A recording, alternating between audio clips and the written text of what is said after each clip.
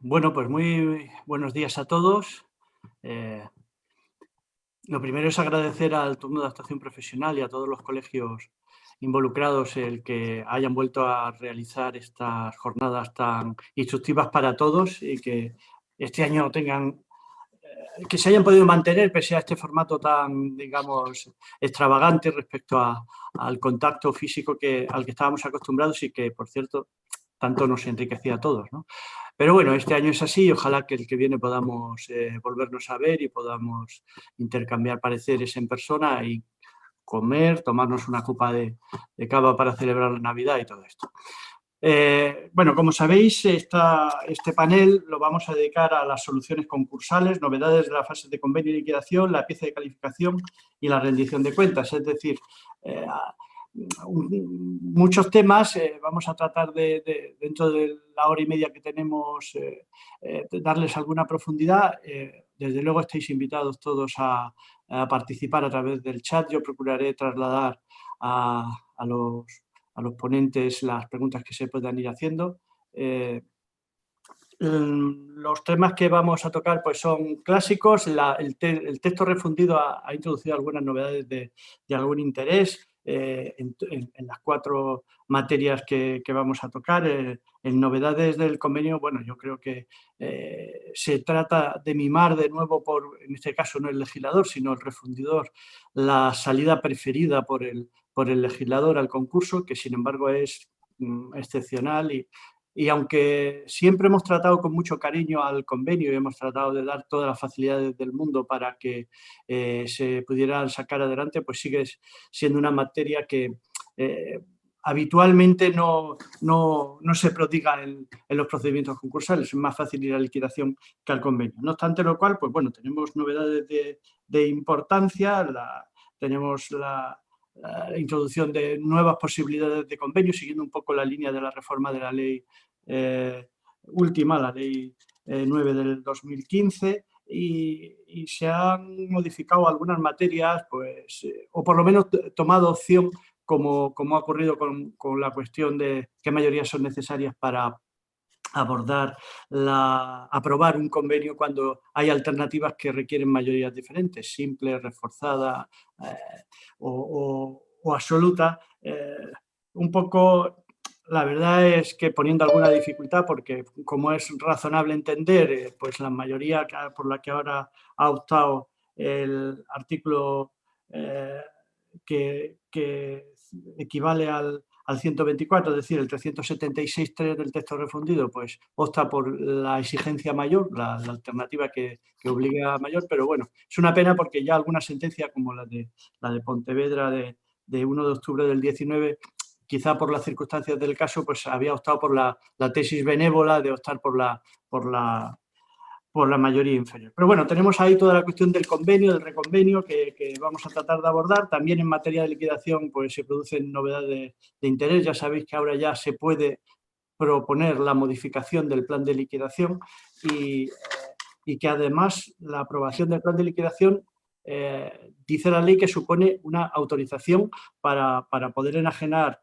bienes o derechos afectos a créditos con privilegio especial o incluso darlos en pago, es decir, que no es necesario reiterar la autorización. En principio, la simple aprobación del convenio, según el texto refundido, va a favorecerlo. Veremos a ver qué recorrido tiene esto, algo vamos a tratar de la cuestión. Bueno, en calificación lo que ocurre es que toda la nueva regulación que afecta o que introduce la responsabilidad del director general de forma equivalente a la del administrador social o el administrador de hecho, pues va a tener alguna repercusión.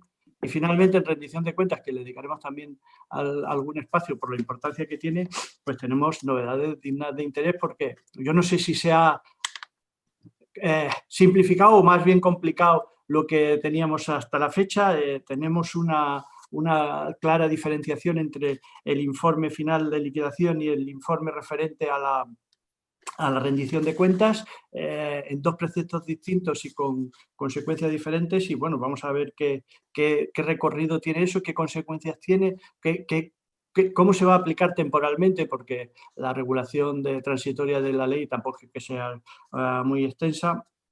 Y luego, pues, desde luego seguirá vigente y la polémica sobre el tema de la reordenación de pagos, y vamos a ver hasta dónde alcanzan los cambios que se han producido. Bueno, la verdad es que son muchísimas cuestiones y sin más voy a presentar a los dos panelistas. Son dos personas conocidas por todos, dos grandes jueces: Alfonso Muñoz Paredes, que es juez de lo mercantil de Oviedo, y Carlos Martínez de Marigorta, que lo es en el juzgado de lo mercantil de Santander. Los dos son jueces especialistas, los dos son personas muy estudiosas y sobre todo los dos son grandes prácticos del derecho, grandes discentes del derecho, porque llevan muchísimos años al frente de órganos especializados donde la materia está viva, porque los que sois profesionales de la cuestión, profesionales del derecho y de la economía, pues tenéis plena participación y bueno, pues ellos conocen perfectamente las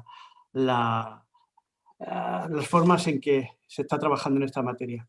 Agradecerles que se hayan prestado a colaborar y sin más voy a empezar con la cuestión del convenio. Tenemos, en principio, le voy a formular a Alfonso algunas preguntas, sin perjuicio de que podamos en el debate introducir cuestiones distintas y que vosotros, como digo, a través del chat podéis plantear algunas. Bueno, esta materia, como digo, el refundidor ha querido mimarla de nuevo, ha querido dar nuevas facilidades para que los convenios se aprueben y para que salgan adelante, porque es muy difícil que se aprueben y casi excepcional que se cumplan. Una primera cuestión se refiere a la propuesta de modificación, es decir, si la puede presentar el deudor que está en periodo de carencia, y si puede presentarla además esta modificación del convenio quien ya había incumplido el convenio antes de 14 de marzo de 2020. ¿Qué tal? Buenos días. Un placer para mí estar con todos ustedes hoy aquí, aunque sea en la distancia, yo en Oviedo y ustedes pues en sus despachos o en sus casas, pero en todo caso, como mínimo a los 297 kilómetros que me marca el navegador cuando todos los años, salvo este, voy a Bilbao desde aquí, desde Oviedo. Además, siempre aprovecho para quedarme el fin de semana y es una estancia muy, muy grata. Me encanta Bilbao verlo en Navidad, bueno, en todas las épocas del año, pero en Navidad está particularmente bonito. Sí, ya entonces, ya a diario los bilbaínos salen mucho, bastante más que los asturianos. Ya en Navidad les da gusto ver la ciudad y pues por tanto mucha pena por no poder asistir a una formación presencial. Pero bueno, confiemos en que el año que viene ya esté todo donde debe estar y podamos vernos y estrecharnos las manos. Bien, como dice Edmundo, al que agradezco su introducción y su labor de moderación, que no es siempre fácil además entre compañeros, el convenio siempre es el eterno mimado del legislador, pero como los niños mimados a veces tienes decepciones, y aquí la práctica pues, nos trae la decepción que antes enunciaba Edmundo, de que apenas llega un 7-8% los convenios aprobados, menos aún de ese 7-8% son los cumplidos. Y en una situación de crisis epidémica, sanitaria y por tanto económica como la que nos hallamos, el legislador ha tenido que reforzar ese mimo inicial que ya tiene desde el año 2003 y lo ha hecho a través de la legislación sectorial, urgente, transitoria o del COVID-19, como la quieran denominar, a través de diferentes también oleadas normativas. Las dos primeras olas, la verdad es que prácticamente ni se notaron, porque el Real Decreto 463/2020, que fue, hago memoria porque van pasando tantos reales decretos, que la memoria no alcanza a todos. Este fue el que declaró el estado de alarma, el del 14 de marzo. El 463 olvidó completamente el problema del convenio y de su incumplimiento. El siguiente, el Real Decreto, Real Decreto Ley 8/2020, 17 de marzo, tampoco se olvidó para nada el convenio. Seguía ensimismado con los 5 bis y con las solicitudes de concurso. Y además con unas regulaciones bastante eficientes. Las prisas no son nunca buenas consejeras y para legislar menos aún. Y luego han venido 3 oleadas sucesivas de distinta intensidad. El Real Decreto Ley 16/2020 de 28 de abril, que digamos que introduce la legislación básica o marco, que luego se ha ido reformando con la Ley 3/2020 y con el último Real Decreto que todavía, sinceramente, no me sé la numeración. Luego miraré porque mi memoria ya con los años va empeorando. Bien, el Real Decreto Ley 16/2020, para que nos situemos, estableció una, digamos, triple barrera defensiva frente al convenio y su eventual incumplimiento. Primero, introdujo la posibilidad de modificar el convenio. Voy a llamar a esta institución modificación del convenio para distinguirla de aquel reconvenio que introdujo la Ley 9/2015 en aquella desdichada disposición transitoria tercera. Pero con ser desdichada aquella disposición transitoria tercera era mucho mejor que lo que ha introducido primero el Real Decreto Ley 16/2020 y lo que ha llegado a través de las dos olas que lo han seguido hasta nuestros días. Bien, luego veremos qué problemas plantea.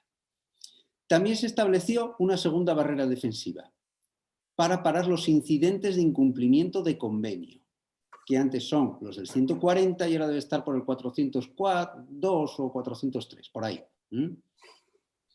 Y luego también se intentó frenar las solicitudes de reinsolvencia, al tiempo que quedaba aplazado o diferido el deber que nace en cabeza del deudor de solicitar la apertura de liquidación cuando conozca la imposibilidad de cumplir el convenio o los pagos comprometidos. Bien, teníamos el Real Decreto 16/2020, luego este entramado defensivo del convenio se modifica con la Ley 3/2020 y luego voy a buscar la última modificación, que también, si no recuerdo mal, es Real Decreto Ley 34/2020 de 17 de noviembre. Y he distinguido en oleadas, no por hacer analogía con las oleadas de contagios, terminología que por otro lado me cansa bastante. Esto es como los ultravires. El mundo me comentaba el otro día que estaba un poco cansado del tema y yo comparto hartazgo. Bien, pues no es por hacer analogías con el lenguaje sanitario, sino en este caso con el lenguaje del surf. Lo que no puede hacer el deudor que quiera modificar su convenio es elegir la ola normativa en la que quiere subirse. Lo que no puede es ir encadenando normas que cada una de ellas lo que ha hecho es modificar algún aspecto y sobre todo lanzar la pelota de deuda más adelante. De modo que cuando estoy subido en la ola del Real Decreto Ley 16/2020, pues me toca ahora la Ley 3/2020, me cambio de ola. Y cuando estoy subido en la Ley 3/2020, viene el Real Decreto Ley 34/2020 y me vuelvo a cambiar de ola. No. Una vez coges una ola normativa, tienes que estar en ella. Esto lo digo porque como ha habido modificaciones, el deudor va a tener, también impulsado un poco por el legislador, en este lanzar la pelota de deuda adelante, va a tener la tentación de ir acogiéndose de forma secuencial a la legislación más favorable. Y hay que ver cuál era el supuesto de hecho, cuándo nació y cuál era la norma aplicable. Y no todas tienen normas de derecho transitorio y aquí ya no hay la disculpa de que estamos ante una refundición a la cual es extraño el mecanismo del derecho transitorio. Aquí no hay refundiciones, aquí son normas en secuencia y todas tenían que haber venido con normas de derecho transitorio, pero el legislador parece que ha omitido este deber de establecer normas de derecho intertemporal. Situados así,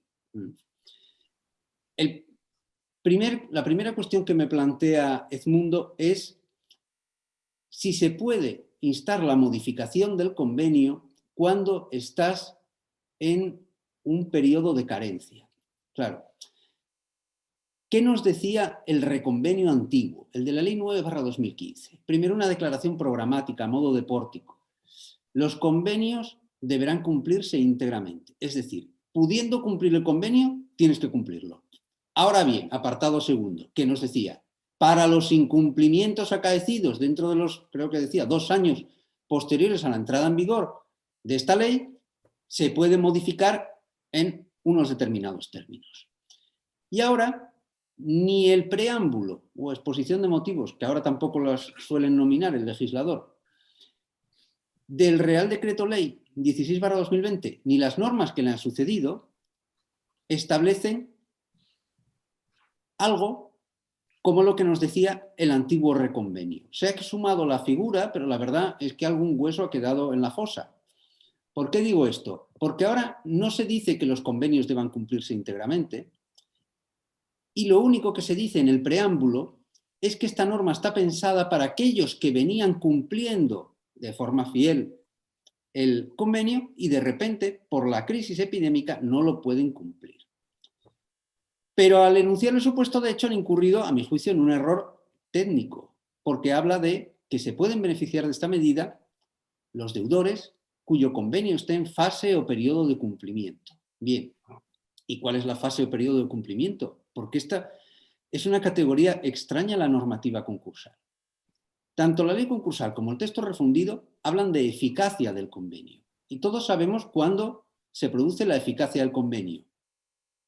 Generalmente con la sentencia o la firmeza de la sentencia que dicte el juez aprobándolo, y aparte es muy frecuente que el negocio jurídico en que pusiste el convenio establezca alguna cláusula defiriendo su cumplimiento bien a la firmeza, bien a una fecha determinada. Así, si te aprueban un convenio en junio, es muy frecuente que tú digas, aun sin periodo de carencia, que el primer pago lo haces a diciembre de ese mismo año. Esto es moneda común.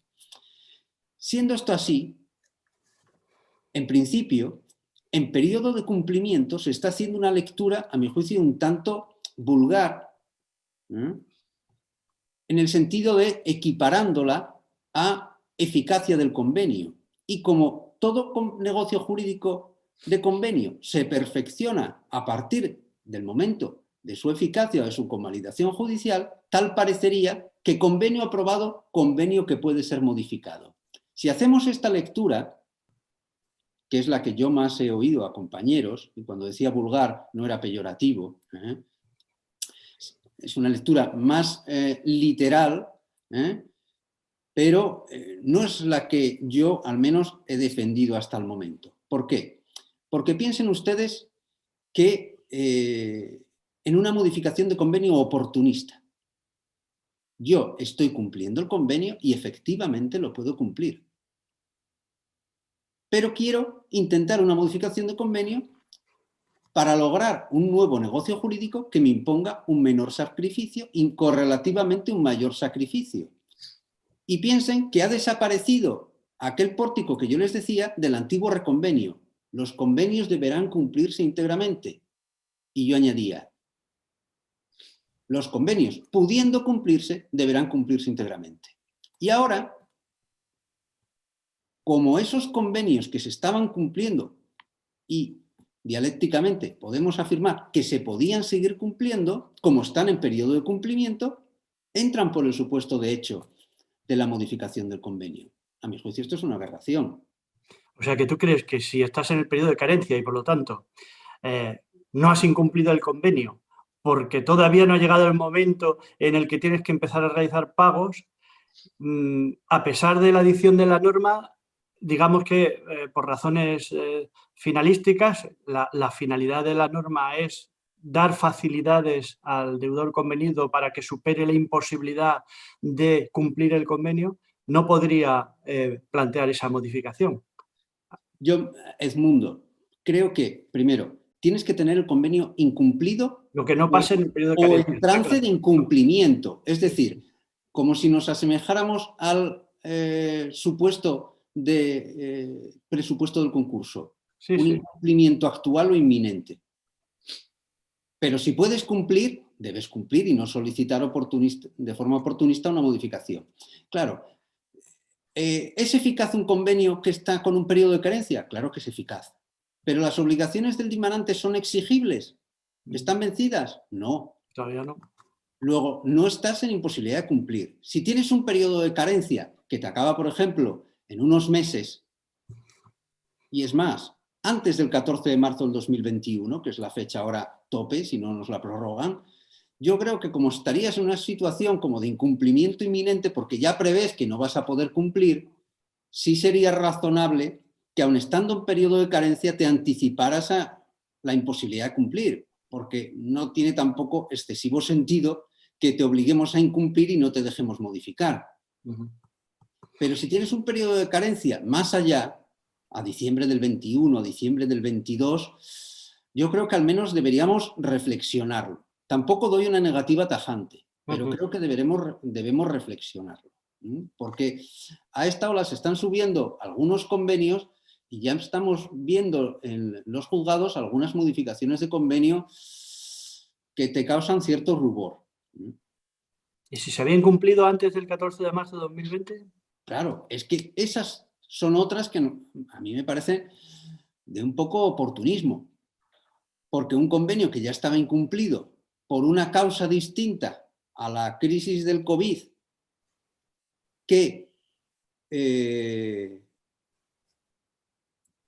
pero que nadie había denunciado tu incumplimiento, en principio entra por la norma. Ujú. Pero entra en esto y entra también las solicitudes de concurso. El pecado es el mismo para todos los supuestos. Las solicitudes de concurso, el que ya fuera insolvente antes del 14 de marzo también se beneficia de los efectos dilatorios que ha querido el legislador. Porque así como en Alemania estas medidas se han causalizado con la crisis sanitaria, en España se ha optado por descausalizarlas. Son todos.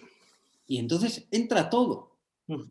Aparte que es muy difícil para el juez, en una cognición tan limitada como la que tiene en ese momento, determinar si el incumplimiento es o no causalizado con la crisis sanitaria o de cuándo deriva el incumplimiento. Luego, Oye, y teniendo en cuenta que ya la Ley 9 del 15 permitió a través de la disposición transitoria tercera el sumarse a las novedades que en materia de convenio había introducido, que eran, la verdad, muy interesantes. Si ya se ha utilizado por el deudor concursado esa posibilidad de lo que tú has llamado reconvenio, ahora con el texto refundido que establece requisitos diferentes, ¿qué sucedería? ¿Podría volver a intentarse? claro, esto es otra cosa que el legislador no aclara. Porque además te habla de convenio, primer convenio, convenio originario creo que habla, de memoria.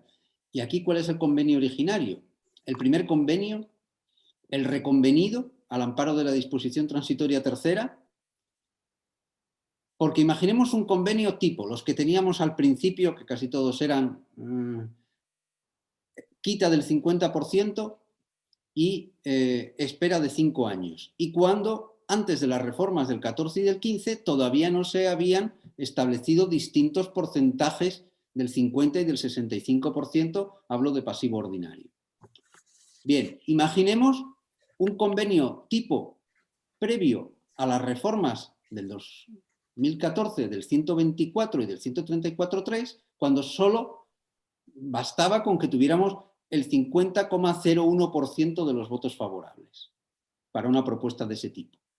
Imaginemos que no podía cumplir el convenio y hace un reconvenio de aquella disposición transitoria tercera. Hablo de memoria, pero creo que se le sumaba y tenían unos porcentajes, hablo de memoria, si me equivoco luego me lo disculpen, del 60 y del 75%. Y ahora lo que se dice es que aunque el convenio, por su contenido, pudiera suponer una elevación teórica del quórum de aprobación, se está al régimen de mayorías del convenio originario. Pero en este supuesto que yo les digo, ¿cuál sería? ¿El 50? ¿El 60 o el 75%? Porque aquí, queriendo suavizar el legislador, si ha habido un reconvenio por medio, antes que suavizar, lo que hace es dificultar. Porque el legislador lo que estaba pensando es, vamos a pensar en un convenio benigno que aun siendo benigno no se ha podido cumplir y ahora propones uno gravoso. Pues aunque propongas uno gravoso, como lo que se quiere es que puedas cumplir, si antes era del 50 y ahora el contenido que propones es del 65, te lo vamos a dejar pasar con un 50. Y el supuesto que planteo es exactamente el inverso. Tú tenías una mayoría del 50 y por haber reconvenido tienes una mayoría superior. Esto no está previsto en la ley. ¿Te vas al verdaderamente originario o al ya modificado a partir de la ley /9/2015? Pues ciertamente es dudoso. Si atendemos al negocio jurídico que realmente está vigente, tenemos que irnos a las mayorías reforzadas de aquella disposición transitoria tercera, porque quizás sea demasiado exhumar volver al convenio originario, porque quedó novado. Pero por otro lado, ¿cuál es el espíritu del legislador? Sí, que dar facilidades para que eso se pueda hacer, claro. Dar facilidades. Sí. Bueno, veremos a ver cómo lo van a ir resolviendo en los tribunales y cómo lo vamos solventando. Bueno, por avanzar un poquito, no sé, quizá ahora con esta posibilidad de modificaciones del convenio, pese a que la ley ha establecido un límite máximo en las esperas de 10 años, ¿sería posible que la duración inicial del convenio y la que luego se modifica supere ese límite legal? Claro, esta es otra de las cuestiones que debemos plantearnos. Porque, primero, no siempre hemos tenido límites temporales a las esperas. Y habrá que ver, tengamos en cuenta que cuando ahora se establece que se podrá modificar el convenio, se dice que la propuesta de modificación se tramitará con arreglo a las normas que estaban vigentes en el momento de su aprobación y pero aplicando las normas de la tramitación escrita. ¿Esto qué significa a mi juicio? Primero, que tienes que estar a la normativa vigente, no solo procesal, sino también sustantiva, de quitas y esperas, de contenido genuino de la propuesta de convenio, vigentes cuando aprobaste el convenio.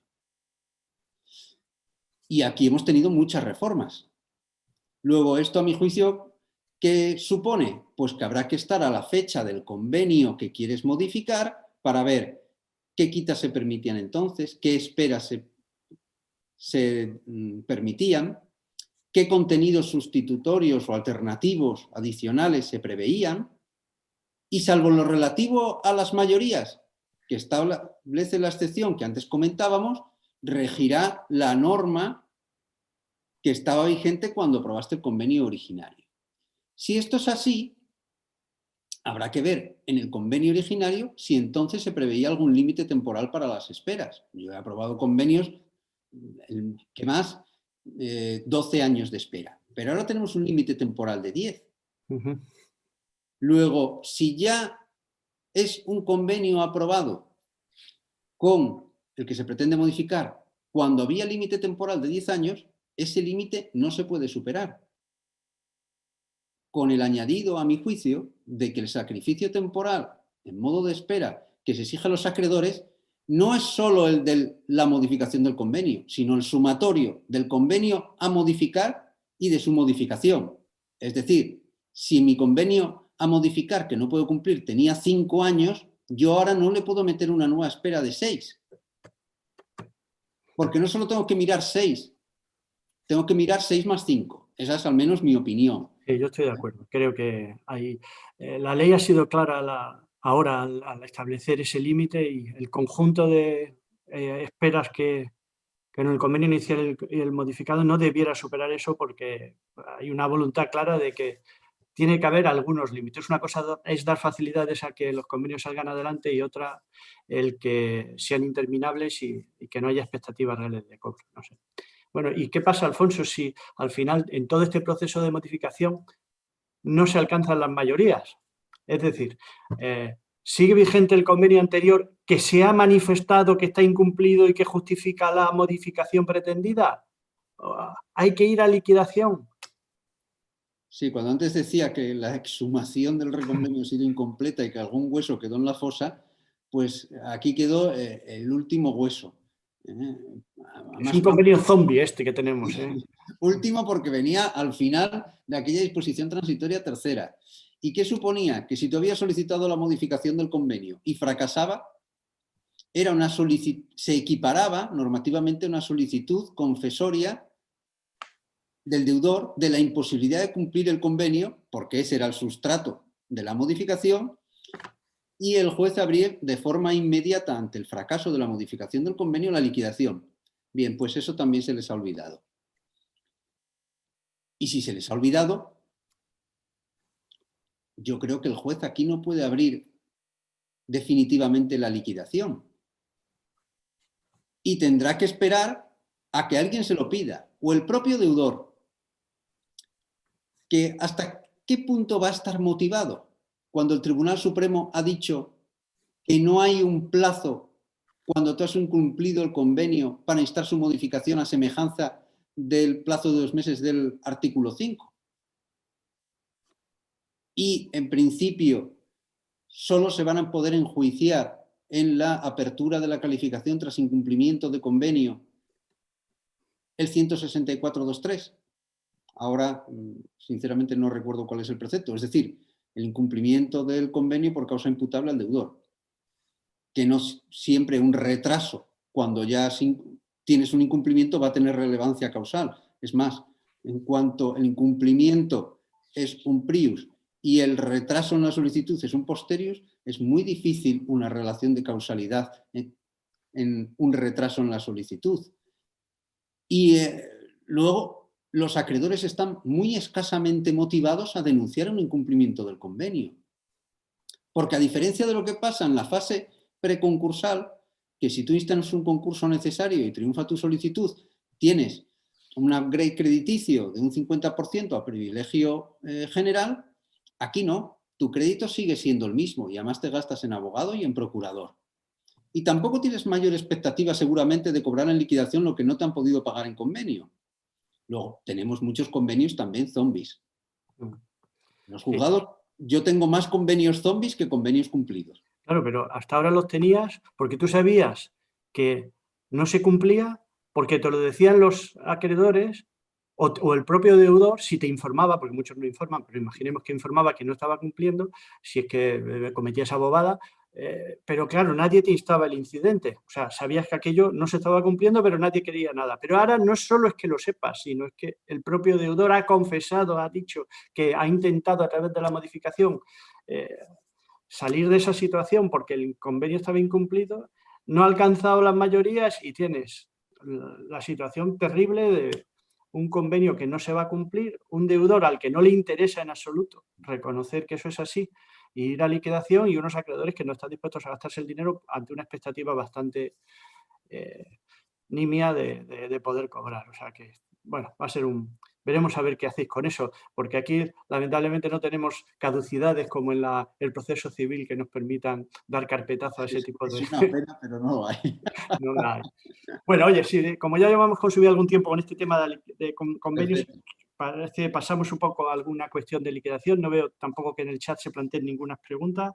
Bueno, en liquidación, una primera cuestión que quería plantearte es la venta de bienes afectos a privilegio especial. ¿Qué pasa si hay varios acreedores hipotecarios de diverso rango? ¿Ha de recabarse de todos ellos el consentimiento del artículo 210.3? ¿El concursado puede vetar también una venta por precio inferior al escriturario? Bueno. Sí. Les voy a leer textualmente lo que decía el maldito 155.4, y digo maldito porque nos ha dado muchos quebraderos de cabeza, y lo que dice el 210.3, que no es exactamente lo mismo. El 155.4 decía que la realización en cualquier estado del concurso de los bienes y derechos afectos a créditos con privilegio especial, bueno, serán subastas, salvo que a solicitud de la administración concursal o del acreedor con privilegio especial dentro del convenio, el juez autorice la venta directa, etcétera. Y dice, si la realización se efectúa fuera del convenio, el oferente deberá satisfacer un precio superior al mínimo que se hubiese pactado. Ahora ya dice pactado al constituirse la garantía. Es el escriturario. Vale. Salvo que el concursado y el acreedor en singular con privilegio especial acepten de forma expresa un precio inferior. Y luego establece una serie de requisitos adicionales. ¿Y qué nos dice el 210.3? Bien, pues más o menos lo mismo. Ya dice que la oferta lo tiene que ser por precio superior al mínimo que se hubiese pactado al constituir la garantía, y acepta un precio inferior si el concursado y el acreedor, ahí paraba el 155.4, y ahora añade el texto refundido, o los acreedores con privilegio especial lo aceptasen de forma expresa, luego sigue la tasación, etc. Bien. Podemos tener el escenario de que tengamos sobre un bien varios acreedores hipotecarios, no varias hipotecas, porque muchas veces tenemos varias hipotecas del mismo acreedor hipotecario. Ese supuesto no nos plantea problemas, porque ahí es el uno a vetar, uno a obtener el consentimiento. Sino que tengamos una hipoteca de Banco Santander, una segunda hipoteca de Banco Sabadell y una tercera de la Caixa. Bien. Ahora, donde antes decía acreedor con privilegio especial, dice acreedores con privilegio especial. Primero tendremos que ver que no basta que seas acreedor hipotecario, porque ahora, si eres un acreedor de segunda o de tercer rango hipotecario, pese a ser hipotecario, puedes no ostentar crédito con privilegio especial. Porque al tener que ir descontando las garantías anteriores, puede que el primero le llegue, y le va a llegar, privilegio especial. Al segundo, si la deuda por principal del primero no es muy alta y el bien tiene un valor inventariado suficiente, probablemente no consuma todo el privilegio y le pase parte al segundo. Pero imaginemos que el primero y el segundo acreedores hipotecarios tienen parte de privilegio especial. Pero el tercero ya consumieron todo el valor de la garantía los dos primeros y es mero crédito ordinario. Pues yo hago una lectura literal de la ley y lo lógico es que, en principio, tuvieran veto el primero y el segundo, porque son los que son acreedores con privilegio especial. Pero no el tercero. Y es lógico que un mero crédito ordinario, que tiene una expectativa de cobro de residuo, no pueda vetar el bien, porque en ningún caso va a cobrar con cargo al bien afecto. La cuestión es, pensemos, eliminamos al tercero, nos quedamos con el primero y el segundo. Y se recibe una oferta y el primero dice, ah, bueno, pues me parece bien. Y el segundo dice, pues a mí no me gusta. ¿Por qué? Porque con esta oferta cobra todo o parte el primero, pero yo no cobro nada y me degrado íntegramente a ordinario. Luego quiero vetar. ¿Tiene derecho de veto o no? A mi juicio es muy discutible. Yo ya había defendido, cuando hablaba en singular de acreedor con privilegio especial, que el veto, en caso de hipotecas sucesivas y todas ellas, o algunas de ellas, con traducción crediticia en privilegio especial, que solo el primero debería tener derecho de veto.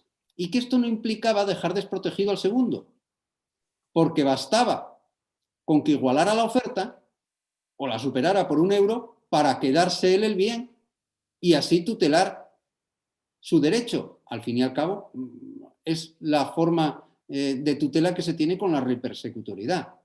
Y luego, además, la exigencia de una tasación actualizada y la posibilidad de subastilla eliminaban, o al menos minoraban en un grado sumo, la posibilidad de una maquinación fraudulenta en cuanto al precio. Es decir, que el ofertante y el primer acreedor con privilegio especial dijeran, mira, ofrecen un precio bajo, o que no haya sobrante y ya me lo quedo yo, o me pagas a mí y que no haya nada para el segundo.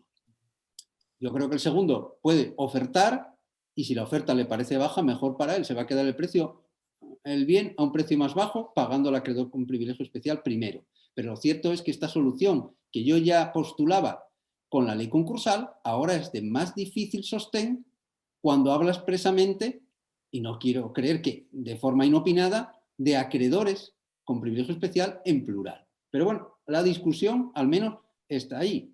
Desde luego es un supuesto que nos va a plantear problemas. Y el veto del concursado, porque el concursado siempre nos hemos centrado tanto en el acreedor hipotecario que pasábamos de pero ahora puede decir que no le parece que el precio sea razonable, claro. Claro. ¿Y el concursado puede decir eso? Pues habrá que distinguir. ¿Un concursado tiene interés legítimo en vetar? Un concursado persona física, desde luego. Porque lo que no se cubra con privilegio especial se va a degradar a ordinario, y más ordinario que va a tener el que pagar por BEPI, salvo que acceda a la exoneración diferida. Pero si asumimos esa parte de privilegiado especial que se ha degradado a ordinario, la base de cálculo para el 25%, en la exoneración directa sube mucho o puede subir mucho, hasta el punto de hacerla incluso a veces imposible. Un concursado, persona jurídica, pues es más discutible, Si va a convenio, desde luego, porque pensemos que esto ahora está en situación de efectos generales. Dicen cualquier estado del concurso. Antes lo teníamos en el 155 en sede de liquidación, aunque también decía que en cualquier fase o estado del concurso. Pero ahora sistemáticamente además queda más claro. Oiga, yo si voy a convenio y además conservo mis facultades de administración y disposición, es lógico que yo pueda vetar si no me satisface el precio. Porque lo otro me va a ir a ordinario y voy a tener que pagarlo vía convenio. En liquidación, oiga, si yo ya estoy disuelto de pleno derecho como persona jurídica por la apertura de la fase de liquidación y estoy abocada a mi extinción con el auto de conclusión, como concursada, estrictamente como concursada, yo no veo el interés legítimo. ¿Quién podría tener interés, pero a mi juicio no legítimo? Administradores. Porque lo que no se cubra por ahí, Le va a llegar pueden por... pagarlo por el déficit. Claro. Avalistas, fiadores, pero a mi juicio es bastante discutible que esos puedan vetar, porque habla de concursado. O sea, que tú crees que el deudor concursado puede decir, no estoy de acuerdo, pero que no va a tener ninguna relevancia por esa explicación que has dado de que en realidad no le afecta. A quien me afecta es a los miembros del órgano de administración de Sí, en esa liquidación yo sociedad. creo desde luego que no tiene interés legítimo. Bueno, pues veremos a ver qué pasa. Y otra cosa, con la Eh, modificación de la liquidación... Perdón, Carlos, ¿querías intervenir? Solo una cosa, yo creo que no tiene mucho recorrido, desde luego, jurídico, pero bueno, sí que se está planteando y ahí no ha cambiado la norma del texto refundido respecto a la ley concursal. Pero se os ha planteado el problema de que la tasación actualizada, emitida por entidad homologada, cuando el acreedor privilegiado especial, pongamos que hay uno solo y que no hay ningún problema de discusión o de vetos por distintos rangos, está conforme con la venta por un valor inferior al que se hubiese pactado,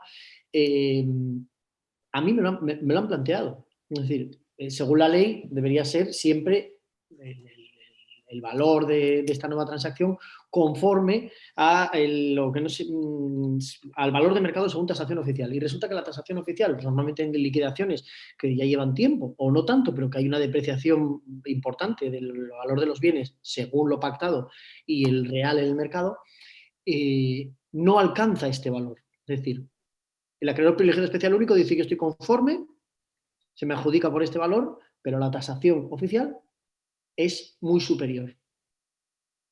Sí. ¿Lo admites o les dices que ya que es el único acreedor privilegiado especial, dice, bueno, pues arréglese usted fuera?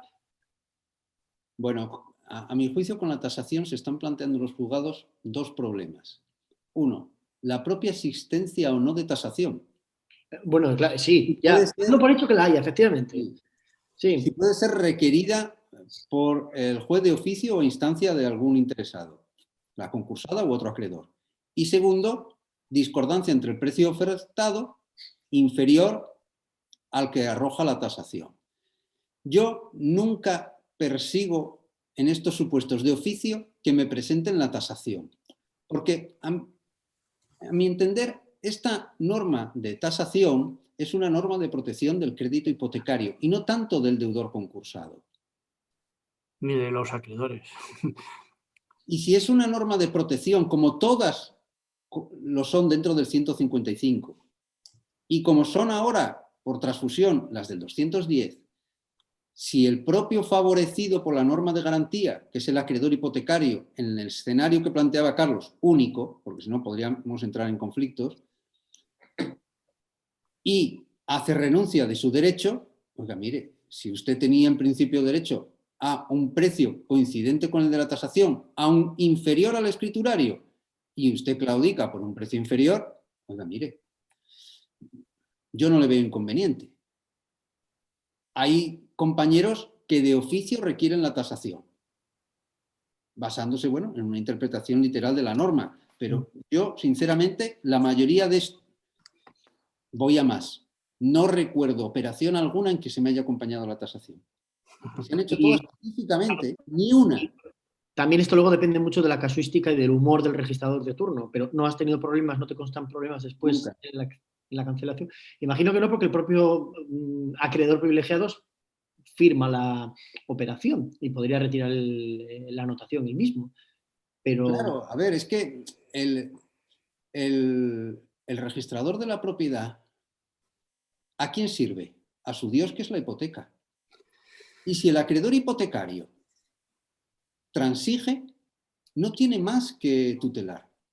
El problema es cuando a él no le queda claro, y por ahí nos vienen las calificaciones negativas, que se han cumplido los requisitos y puede haber un perjuicio para el acreedor hipotecario. Pero si consta el consentimiento del acreedor hipotecario, el registrador te inscribe siempre porque ya no tiene a quien tutelar. Bueno, pues si os parece pasamos a otra cuestión que también es de interés. Resulta que en los planes de liquidación ya sabemos que bueno, son de difícil cumplimiento, a pesar de que se dan muchos plazos y muchas facilidades para que las ofertas de venta directa pues, se cumplan. La verdad es que casi nunca llegan en plazo y justo cuando vas a abrir la subasta es cuando llega entonces y se ha concretado algo. Bueno, la verdad es que el refundidor ha facilitado ahora con la modificación, con la posibilidad de modificación del plan de liquidación, ha facilitado que este tipo de situaciones se puedan superar. Ahora se puede cambiar. Pero claro, lo que hace para modificar el plan de liquidación, seguramente con absoluta coherencia, es establecer que el procedimiento sea idéntico a la aprobación del plan de liquidación. Es decir, nos metemos otra vez en los mismos trámites para que eso sea posible. La cuestión es si esto se puede sustituir por una simple autorización judicial para no pasar por ese nuevo, no voy a decir calvario, pero sí trámite prolongado de modificación del plan de liquidación. En tu audiencia, Edmundo, probablemente eso no sea un calvario. Pero en otras audiencias, si se recurre, claro que es un calvario, es un vía crucis con todas las estaciones. Tengamos en cuenta cuál era el escenario anterior y cuál ha cogido el refundidor, que ya lo ha adelantado Edmundo. Antes, ante el silencio del legislador, modificábamos el plan de liquidación un poco a la brava. ¿Qué era una modificación de calado? Hacíamos lo que dice ahora el 419 y replicábamos el trámite del plan de liquidación y dábamos nuevo recurso de apelación, porque si no originabas indefensión. Máxime cuando era un trámite que no estaba previsto en la ley. Pero tenías otras modificaciones que eran de calado muy menor. Y claro, replicar eso, que implicaba cuando menos en un juzgado desahogado, 15 días, más que luego te lo pasen, más poner el auto, más esperar a la firmeza, vamos a poner 2 meses y medio, 3 meses. En un juzgado menos desahogado, por 2 o por 3. Y si ya te recurren en la apelación, hay audiencias que te pueden resolver en 3 meses y otras que están en, no voy a decir ni siquiera las cifras, porque además no es culpa de nuestros compañeros, sino una deficiente planta judicial. Bien, si estamos en esas, yo os voy a contar un caso verídico de hace, creo que son 2 semanas. Me viene el administrador concursal y ya estamos en la fase de agotamiento del plan de liquidación. Y tenemos que subastar unas fincas que nadie quiere y que finalmente se va a quedar la Sareb y quieren hacer una modificación del plan de liquidación. Pero claro, es que si ahora nos ponemos a replicar esto, cuando estas operaciones siempre se quieren cerrar antes de 31 de diciembre, pero las prisas siempre les entran en octubre o en noviembre o a veces en diciembre para arreglar los balances o que no salgan tan desfavorables o que salgan un poco más bonitos, siempre se acuerdan de Santa Bárbara cuando truena. Y siempre truena a final de año. Bien, pues digo, es que no llegamos a hacerlo. Y aparte replicar todo esto y dar un nuevo recurso de apelación para una bobada, como era, pues yo sinceramente no lo vi necesario. Y me planteé, o hacemos una autorización judicial o buscamos otra vía. E incluso llegué a otra vía, que fue poner un auto de corrección de error material. En ese caso, además, se asemejaba más a un error material porque era un error en unas descripciones de unas fincas y una omisión de unas de ellas. Yo consideraba que eso tampoco es una genuina modificación del plan de liquidación, porque el plan de liquidación no es tanto qué tenemos, sino cómo vendemos lo que tenemos. Aunque yo siempre aconseje que al menos a efectos informativos, bien en el cuerpo del plan, bien en un anexo, se diga qué es lo que se tiene actualmente, porque cuando se redacta el plan no coincide exactamente con el inventario de bienes y derechos provisional y definitivo. Y cuando vas a liquidar hay activos que ya han salido de una u otra forma. Luego a mí me gusta saber exactamente esas normas a qué activos actuales se van a aplicar. Y lo resolví por ahí. Pero ya me empezó a surgir la duda de si podíamos resucitar esa praxis judicial, pretexto refundido, de hacerlo por vía de autorización judicial. Hombre, desde luego, ahora, antes, ante el silencio del legislador, Más fácil. la capacidad inventiva podía tener más justificación. Ahora, cuando ya lo tienes regulado, salirte, cualquiera te puede afear procesalmente, oiga, es que el trámite de modificación es el que es, y es el único que es. Vamos, tendría que ser una cosa tan nimia, y si es tan nimia, que suelen ser plazos, se me han agotado los plazos, oiga, mire, hay que establecer cláusulas de salida o de escape en el propio plan de liquidación. El plan de liquidación tiene que ser autosuficiente, tiene que gozar de autonomía. Oiga, que se establezcan prórrogas, lo que yo llamo la cláusula de marcha atrás. Es decir, si ya estoy en fase de subasta y me aparece alguien con una buena oferta, oiga, doy marcha atrás y resucito la fase de venta directa, porque en principio va a ser mejor que cualquier subasta. Pero para eso tenemos que ser un poco inteligentes en dotar al plan de cierta autonomía y de cláusulas de salida, porque si lo hacemos como un corsé excesivamente rígido, enseguida nos va a oprimir y no nos va a dejar respirar en cuanto nos salgamos de los plazos. Y si lo hacemos lo suficientemente flexible, sin que sea un cheque en blanco, pues nos evitaremos estos problemas de tener que estarlo constantemente modificando. Una cosa es modificar porque ha habido circunstancias de imposible previsión, y otra modificar porque el plan genéticamente era defectuoso.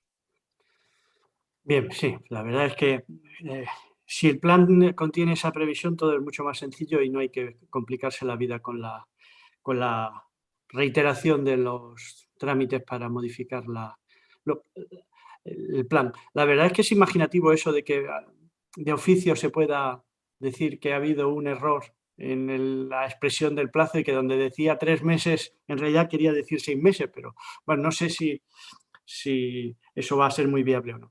Bueno, yo creo que ya podemos ir terminando esta materia de la liquidación, pero hay una última cuestión que yo creo que sí que es muy interesante porque interesa a todos y que además ha dado lugar a muchas resoluciones judiciales de diverso tipo y que tiene que ver con la vigencia de la prohibición de retribución en fase de liquidación o administración concursal a partir de un año. ¿Qué pasa ahora con la aprobación del texto refundido? Esa previsión que estaba en otra norma se ha derogado implícitamente, porque desde luego en la derogatoria del texto refundido no está, sigue siendo de aplicación, ¿no? ¿Cuál es vuestra opinión?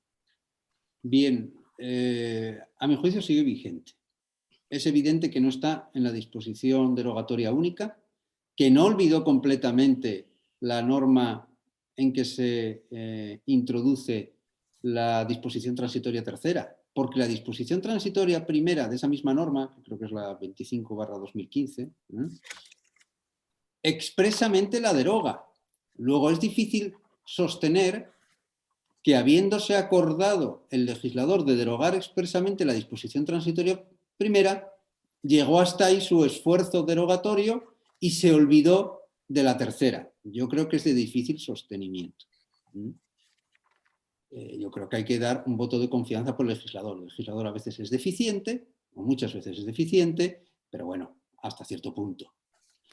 Sí, yo creo que si hubiera sido su voluntad la expresa derogación, igual que derogó la disposición transitoria primera, hubiera derogado la tercera. Bien, pero lo que se sostiene no es eso, sino que hay una derogación implícita por una incompatibilidad manifiesta.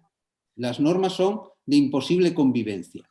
¿Pero qué normas son de imposible convivencia? Según quienes ya han sostenido que hay una derogación tácita, en principio, la disposición transitoria tercera tendría que ser incompatible con el texto refundido. Pero ¿dice algo distinto o muy distinto el texto refundido de lo que decía la ley concursal? Y con la ley concursal, la disposición transitoria tercera convivía pacíficamente. Y si el texto refundido no dice nada distinto y lo que dice de distinto está suspendida transitoriamente su vigencia hasta que se produzca el desarrollo reglamentario de la Ley 17/2014, yo no veo que haya habido un cambio de escenario que justifique que donde antes no había incompatibilidad sino pacífica convivencia, haya ahora una radical incompatibilidad que nos haga ver ahí una tácita derogación. Por eso yo creo que sigue tácitamente vigente. Ya sabes que hay varias resoluciones que entienden lo contrario, pero bueno, es verdad que este tema va, por la importancia que tiene, va a seguir. También audiencias provinciales, al menos que yo sepa, Cantabria y Coruña, que dicen que sigue vigente. Sí, sí, lo sé, pero bueno. Y yo soy muy respetuoso con el escalafón, sobre todo si me conviene. Hay, en ese punto yo no conocía, la audiencia de Cantabria se pronunció, pero no me consta o no me ha llegado aún que se haya pronunciado después de la entrada en vigor del texto refundido. No sé si, Alfonso, a ti, si la tienes, dime qué resolución es. Tengo que recuperarla. Pásamela, por favor. Yo tengo que resolver este tema ahora y lo tengo que resolver, y es un poco el problema que se va a dar en sede de rendición de cuentas. Es decir, yo las resoluciones que conozco que se han pronunciado a favor de esta derogación implícita han ido como auto, recurrido en reposición de prórroga de honorarios, o en su caso como auto de autorización. Lo que no veo es cómo salvar esto o cómo volver a enjuiciarlo en una rendición de cuentas después. Por lo tanto, apelable y por lo tanto incluso que llegue a la casación.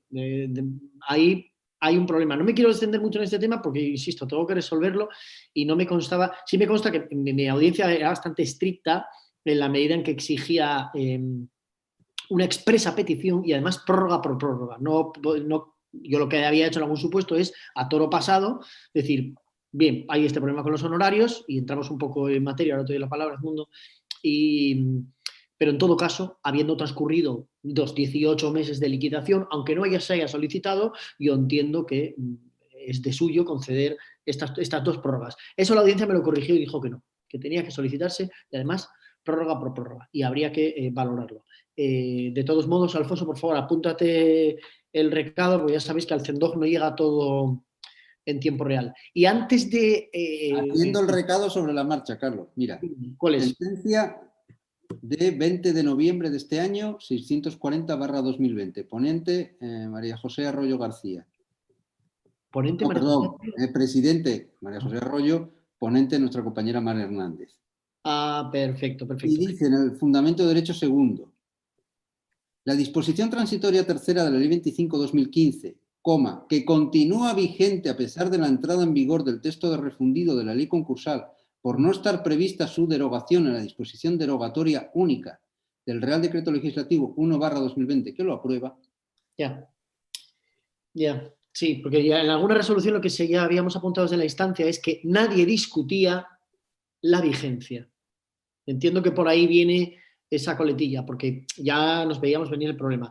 Yo sí que quería sacar un tema que Alfonso lo conoce, porque lo he hablado con él, y para ver qué le parece al director e incluso a los intervinientes. Estoy notando un muy acusado incremento de una especie de incidente en el que se pide una nulidad de actos de liquidación.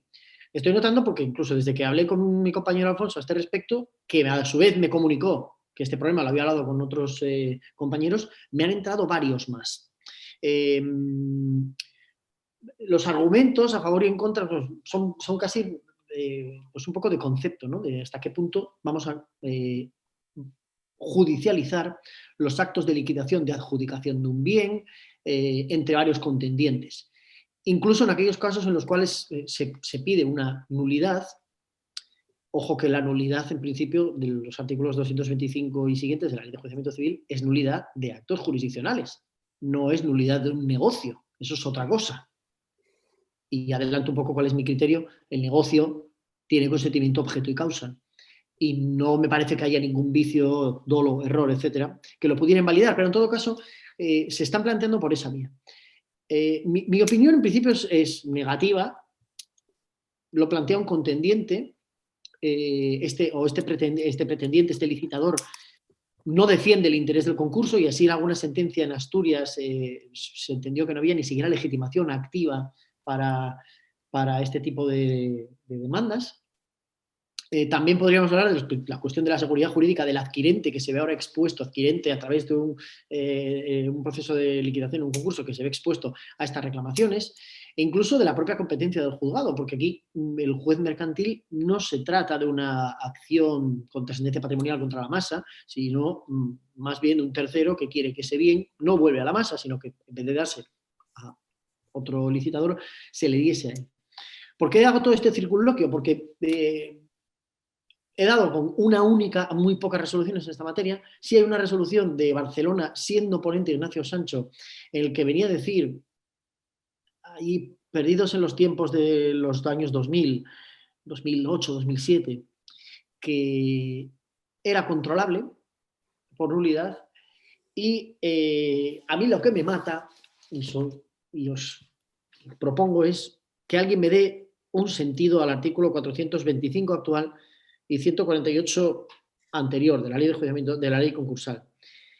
El que, hablando de las consignaciones, los informes trimestrales de liquidación, habla de que el juez de oficio, instancia de parte, bla, bla, bla, las cantidades consignadas se utilizarán para hacer frente al pago de aquellos créditos concursales que resulten de procedimientos judiciales estimatorios, de recursos de apelación interpuestos, bien, frente a sentencias de impugnación de la lista de acreedores, dice, o de actos de liquidación. Y aquí es donde la mataron. Aquí es donde yo no me he visto con arrestos para inadmitir directamente estas cuestiones que se están planteando. Porque no lo acabo de entender. Es decir, a mí no me parece que ontológicamente podamos defender que un acto de liquidación del administrador concursal, que funciona ya como administrador social de una empresa en liquidación, se pueda controlar y nada más y nada menos llegar incluso al recurso de casación por una vía de un incidente. La duda me la plantea este precepto. Yo no sé si tenéis algún criterio o alguno de los asistentes lo puede tener o puede conocer alguna resolución que a mí se me escape. A ver, yo es que considero que es ya con la... Yo creo que esto se debió introducir con la ley 38/2011, aunque hablo de memoria. Pero siempre he entendido que era una imperfección del legislador, una mala técnica legislativa. El acto liquidatorio es un acto jurídico. Puede ser generalmente una compraventa, una dación en pago, etc. Como acto jurídico no es susceptible de recurso. Yo entiendo que no es susceptibles de recurso las resoluciones judiciales. Claro. Pero todos los actos de la administración concursal no son susceptibles de recurso. Y de hecho, solo son susceptibles de impugnación los que vienen expresamente previstos en la ley. Lista de acreedores, inventario a través de los incidentes, propuesta del plan de liquidación a través de una oposición y luego un recurso de apelación. Ni siquiera los informes trimestrales de liquidación son susceptibles de impugnación directa. Cuestión distinta es que el orden de pagos de créditos contra masa que allí se enuncie puedas legítimamente discrepar e interponer no tanto un incidente contra el informe trimestral cuanto un incidente de crédito contra masa, que en principio no está sujeto a plazo preclusivo, pero los actos liquidatorios, en cuanto vienen no del órgano concursal, entendido por tal el juez del concurso, sino de la administración concursal, no son susceptibles de impugnación. Y si tú quieres ejercitar alguna acción de nulidad de un negocio jurídico, primero habrá que ver, conforme a la jurisprudencia civil, si estás legitimado. La competencia para mí sería de un juzgado de primera instancia y sería susceptible de resolución conforme a las normas de nulidad o anulabilidad contractual del puro Código Civil. ¿En la audiencia en Vizcaya lo habéis tenido? No, afortunadamente la abogacía y los acreedores de Vizcaya no han planteado una cuestión así. La verdad es que es interesantísimo. Yo no tengo opinión, la verdad. Tengo 5 en marcha ahora, 5. Han venido todas de golpe, se han puesto de acuerdo, no sé si será circula, pero bueno, en fin. Pasamos si quieres Sí, yo creo que es momento de pasar ya al tema de la de la liquidación y de la rendición de cuentas. Vamos a calificación y rendición de cuentas. Pero bueno, vamos a empezar con la rendición de cuentas porque es tarde y es el tema quizás de más interés. Y bueno, y aquí tenemos una situación, una regulación nueva donde tenemos dos preceptos que existiendo con anterioridad ahora tienen sustantividad propia. Son el 468 y el 478. Tenemos el informe final de liquidación que se tiene que presentar cuando se pretende la conclusión, y al mismo tiempo el informe de rendición de cuentas con una regulación distinta. Y la verdad es que son de complicada coordinación. No sé cómo, en la comparación de lo que existía antes y la situación actual, ¿cómo ves, Carlos, el cambio y qué se puede destacar como más relevante? Bien. Yo, bueno, adelantando, intento salvar todas las dificultades que hay de inteligencia de las normas, acudiendo un poco a lo que decía también Alfonso, a que si se trata de un texto refundido, en el caso de duda, pues yo siempre voy a entender que nada ha cambiado y eso ayuda bastante. En este problema, yo efectivamente, tenemos 468, el informe final para la conclusión, en los distintos escenarios que se pueden plantear del artículo 465 y, por otro lado, el informe de rendición de cuentas, el 478. Antes los teníamos regulados, el informe de conclusión, el 152, que a su vez hacía referencia, dice, este informe final incluirá una rendición de cuentas según la ley, y esa rendición de cuentas según la ley era regulada en el artículo 181. En cuanto al informe final, pues hay cambios. El informe de conclusión ahora debe exponer operaciones de liquidación y cantidades obtenidas,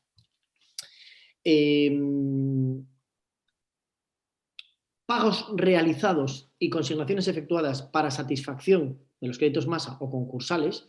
Esto, los pagos, tradicionalmente se venían discutiendo no en la oposición a la conclusión, sino en la oposición a la rendición de cuentas. Es donde se venía dando. Tampoco es que al final tenga tanta trascendencia desde el momento en el que la oposición va a la vez, incluso allá hay una norma que regula sistemáticamente qué hacemos cuando se impugna uno, los dos, uno sí y el otro no, etc. Pero en todo caso sí que hay un cambio en lo que es el contenido del informe de la conclusión.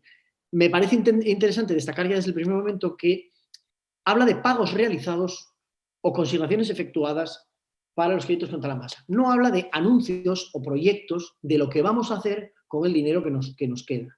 Yo creo que esto, en alguna ocasión, yo también lo he hablado, pues, daba cierta tranquilidad a los administradores concursales, es decir, presento el informe, pero lo que hago es un proyecto de los pagos que voy a realizar, claro. Yo no lo veo porque no estás autorizando, estás tratando de valorar actuaciones ya realizadas. Y además generaba bastantes problemas en el caso de que algo se torciera o que a algún ente público le diese por embargar por el camino. Entonces, entiendo que el texto refundido aquí ha aclarado que se trata de pagos realizados o, en su caso, consignaciones efectuadas en forma. Además de esta exposición, el informe de conclusión también hace referencia a los bienes relictos que pudieran no tener valor, etcétera, y la existencia de bienes o derechos pignorados. Se excluye, no exige el informe de conclusión ahora expresamente que se razone inexcusablemente sobre la inexistencia de acciones de reintegración o de responsabilidad de terceros, ni la existencia de otros bienes de derechos. Esto sí se incluye en el artículo 474, cuando la conclusión es por insuficiencia de la marcha, pero no en el informe de conclusión, digamos, ordinario. La rendición de cuentas, que es lo que más nos ocupa ahora, se regula en el artículo 478. Antes, como os digo, estaba a caballo entre el 152 y el 181. Y el 181, lo que nos decía antes, la rendición de cuentas, es que se debía justificar la utilización de facultades de administración, parece que no otras, y informar también del resultado y saldo final de las operaciones realizadas, solicitando la aprobación. El artículo vigente actualmente, 478, amplía en parte el contenido del antiguo 181 y por otra parte lo recorta. Lo amplía respecto al 181 y del proyecto, incluso de 2017. Se mantiene lo que podemos denominar la parte explicativa, es decir, deberá justificar cumplidamente la utilización de las facultades, ya no dice solo facultades de administración, todas las facultades conferidas, y luego se añade una serie de explicaciones. Detallará la retribución fijada para cada fase del concurso y las cantidades percibidas y las fechas de cada una de estas percepciones. Expresa los pagos hechos a los auxiliares o colaboradores, peritos, etcétera, etcétera, con cargo a la retribución del administrador concursal, es decir, los pagos de créditos concursales contra la masa irían en el informe de conclusión y en el de rendición de cuentas los pagos hechos con cargo a los propios honorarios del administrador concursal. Y por último, que esto es algo que no sé a dónde va, precisará el número de trabajadores asignados por la administración concursal y el número total de horas dedicadas por el conjunto de estos trabajadores al concurso. No sé si será por fines estadísticos, a efectos de valorar posibles créditos imprescindibles, no lo sé, no lo entiendo, no sé qué finalidad o qué tiene que ver esto con la aprobación o desaprobación de las cuentas. Pero bueno, el caso es que ahí está. Y por otro lado, se reduce el contenido respecto de lo que antes era el artículo 181. Se excluye la información sobre el resultado y el saldo final de las operaciones, que parece que ahora se deja en el informe de conclusión. Con una excepción. Hay otro informe de rendición de cuentas que es el de la separación o el cese del administrador concursal.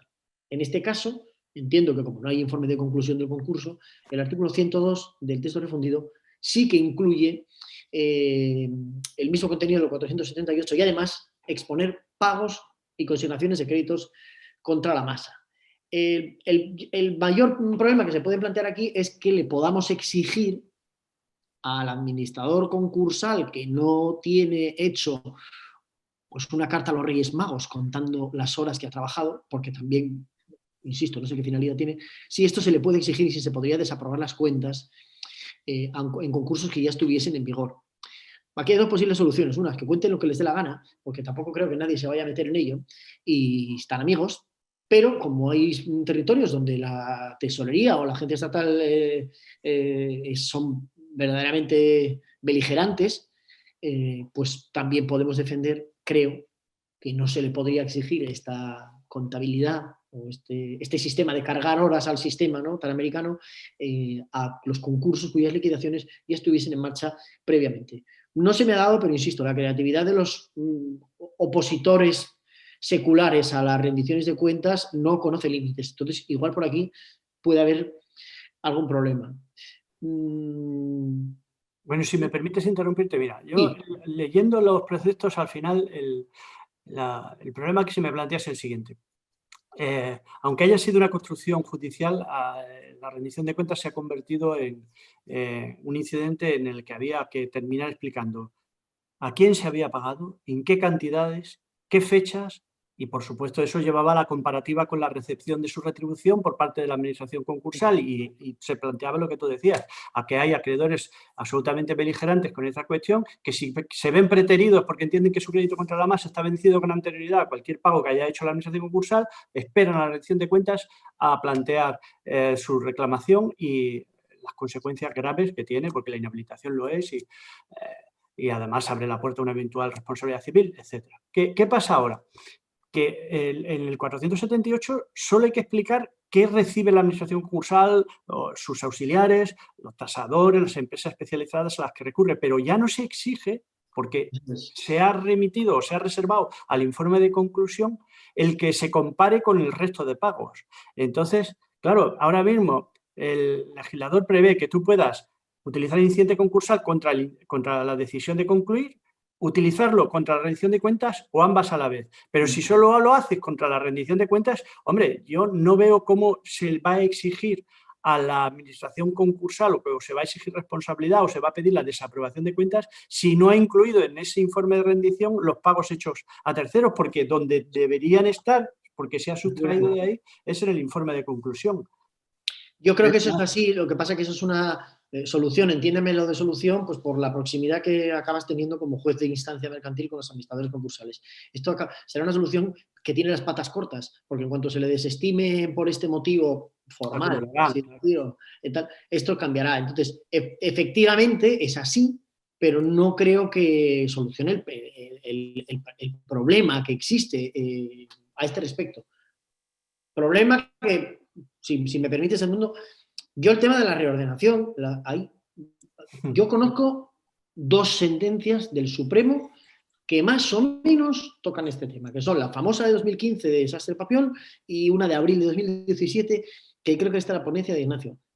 En ninguna se condena a reordenar. O sea, en la primera, la de 2015, expresamente dice que el artículo 181.4 no acoge o no puede dar cobijo a estas pretensiones accesorias.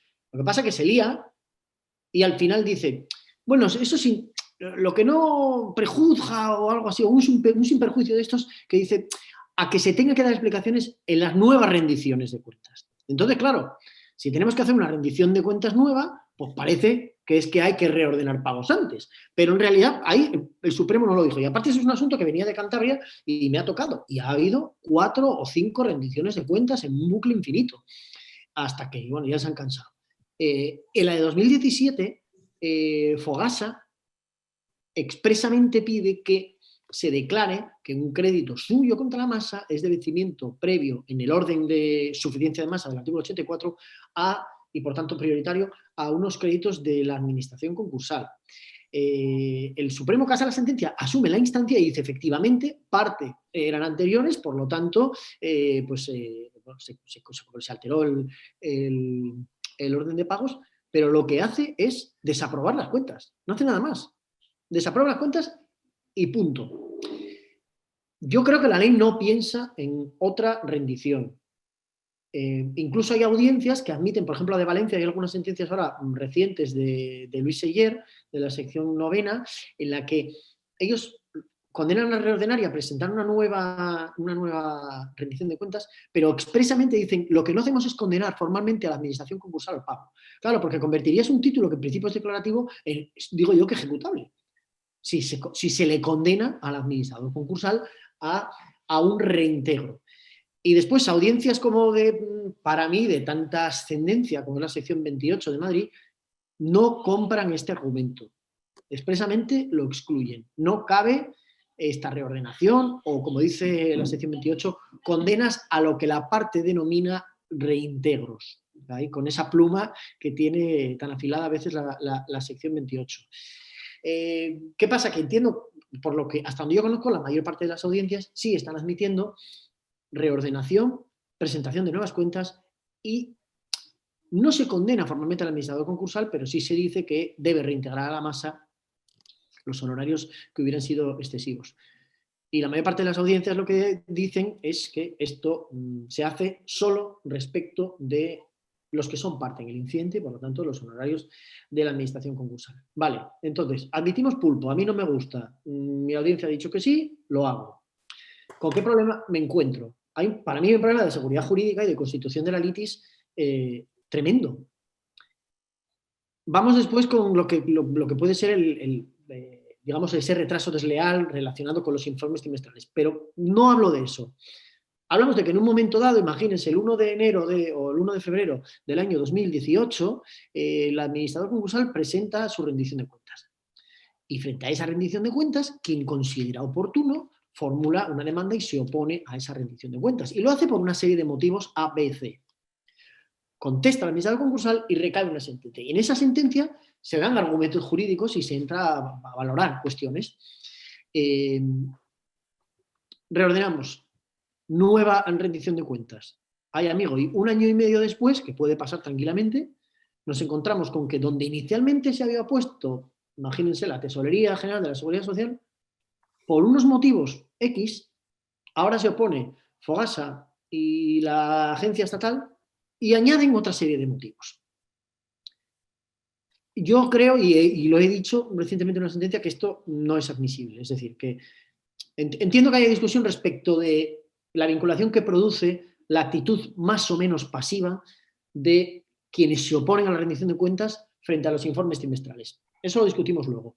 Lo que no me parece es que se condene a reordenar y a presentar una nueva rendición de cuentas según un debate jurisdiccional previamente establecido y que eso se pueda estar extendiendo per secula seculorum. Porque ahí sí que hay nuevas partes y nuevos argumentos que no se interpusieron en forma, en el momento adecuado.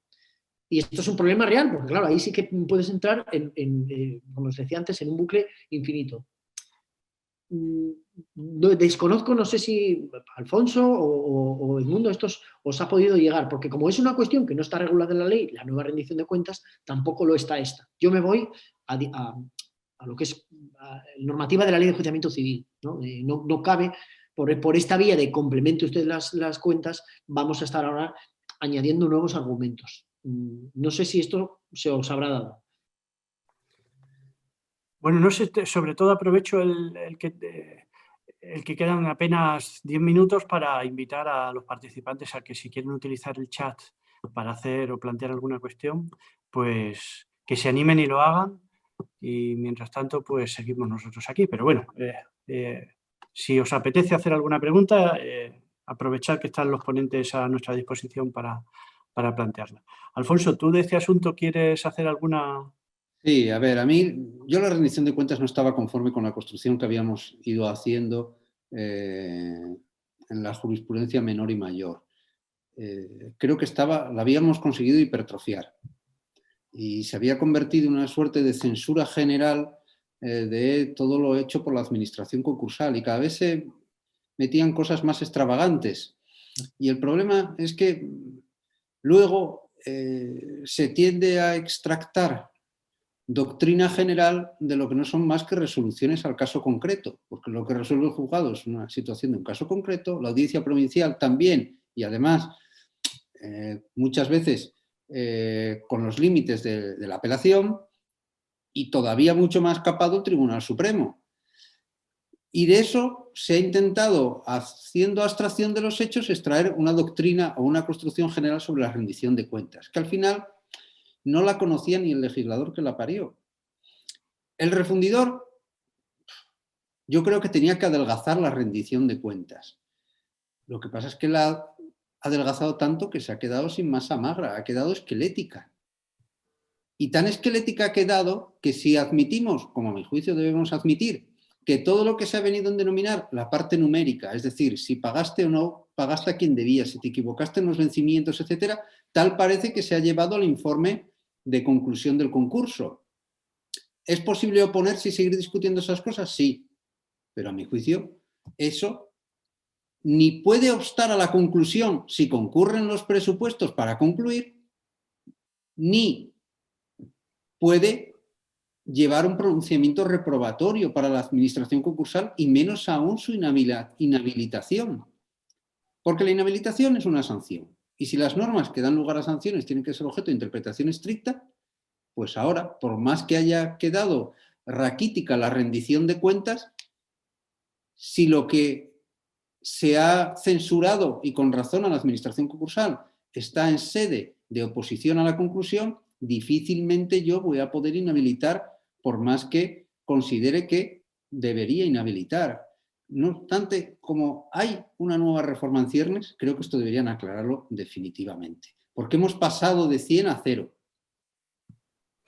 Y esta sentencia del Tribunal Supremo que nos dice, la de 6 de abril de 2017, que en caso de que se desaprueben las cuentas y no se pida por las partes un plazo de inhabilitación, hay que de oficio aplicar el mínimo establecido en la norma. ¿Entendéis que sigue siendo de aplicación tras el texto refundido? Un poco lo que dice Alfonso, si lo llevamos ahora o sea, si el reproche base que habilitaba la consecuencia jurídica de la inhabilitación ya no está en la norma de rendición de cuentas, ya no está en la norma que prevé esa inhabilitación, estaría en la conclusión, entiendo que es lo que está queriendo decirnos Alfonso, ahí no cabría. No cabría por ese motivo, cabría por incumplir alguna de las obligaciones que nos dice el artículo 478 como contenido de la rendición de cuentas, que básicamente es justificar el uso de sus facultades, detallar la retribución percibida. Eso es puramente informativo. La parte numérica, la parte del saldo, ha pasado a la conclusión. Yo, de todos modos, no el Supremo, pero casi todas las audiencias sí que lo habían dulcificado bastante esta inhabilitación, ¿no? Reservándolo pues, fundamentalmente a la anteposición de los honorarios propios. Yo la verdad es que no he tenido que llegar al extremo de tener que inhabilitar, y cuando he inhabilitado he separado de oficio por incumplimiento flagrante de los deberes como administración concursal, pero no por una oposición o una rendición de cuentas. A Dios gracias, pero siempre me he planteado que en este supuesto, teniendo en cuenta que no existe el administrador concursal perfecto, como no existe el juez del concurso perfecto, porque como seres humanos somos por naturaleza imperfectos, no toda imperfección tiene que conllevar desaprobación. Luego, yo con determinadas imperfecciones, eso a mí no me impedía declarar las cuentas aprobadas. Para desaprobar tenían que ser ciertas imperfecciones, a mi juicio, groseras. Y por eso conseguía vadear el efecto de la inhabilitación. Ya digo, más desde el punto de vista doctrinal que como juez, que gracias a Dios no me he tenido que enfrentar a esa situación de inhabilitar que sinceramente no es agradable.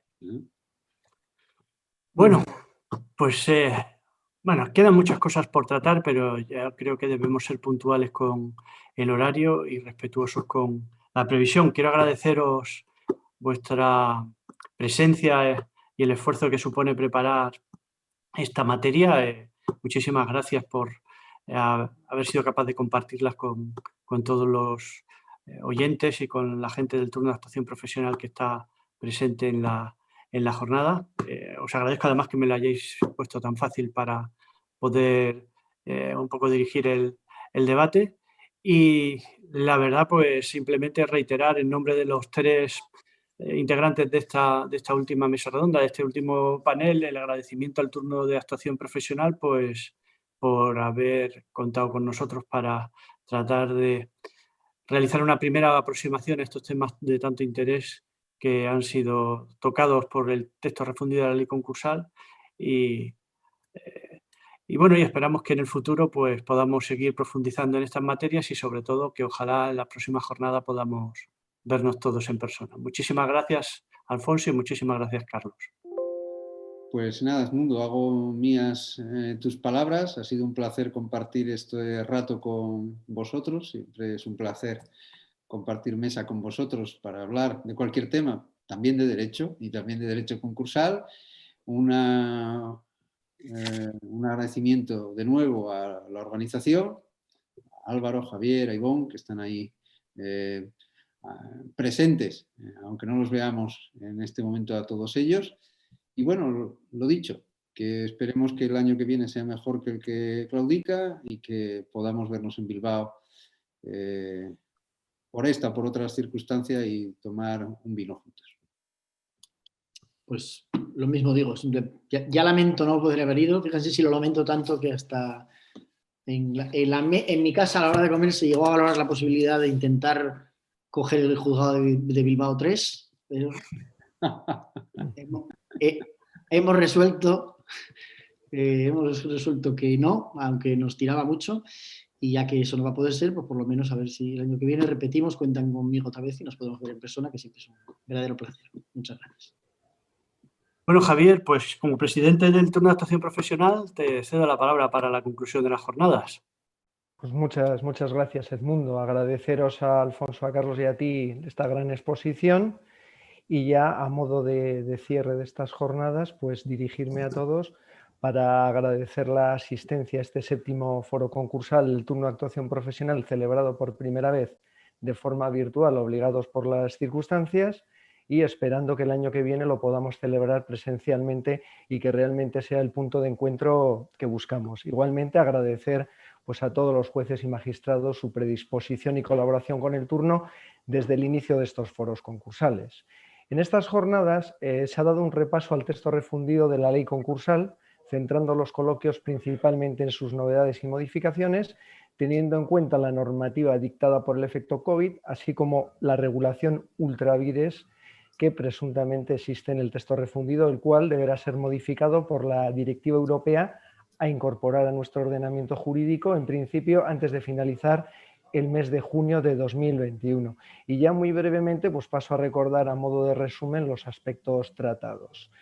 Comenzamos en la jornada de ayer con el libro segundo del texto refundido, dedicado al derecho preconcursal, con los acuerdos de refinanciación, la propuesta anticipada de convenio y el acuerdo extrajudicial de pagos, desarrollando las novedades en los acuerdos de refinanciación homologados judicialmente, así como las expectativas de transposición de la directiva en 2021 en este aspecto del derecho preconcursal. Continuamos con los presupuestos de la declaración del concurso, la legitimación, los concursos voluntarios y necesarios, así como los concursos conexos. Continuamos con el concurso de la persona física, el concurso consecutivo y el beneficio de la exoneración del pasivo insatisfecho con la posible regulación ultravires en el texto refundido, pues en relación con la exclusión en la exoneración del crédito público. En la jornada ya de la tarde se trataron los efectos de la declaración del concurso, con especial referencia a las acciones de responsabilidad, los procedimientos declarativos, los efectos sobre los procedimientos ejecutivos, las reglas especiales para los procedimientos de ejecución de garantías reales, así como los efectos sobre los créditos y sobre los contratos.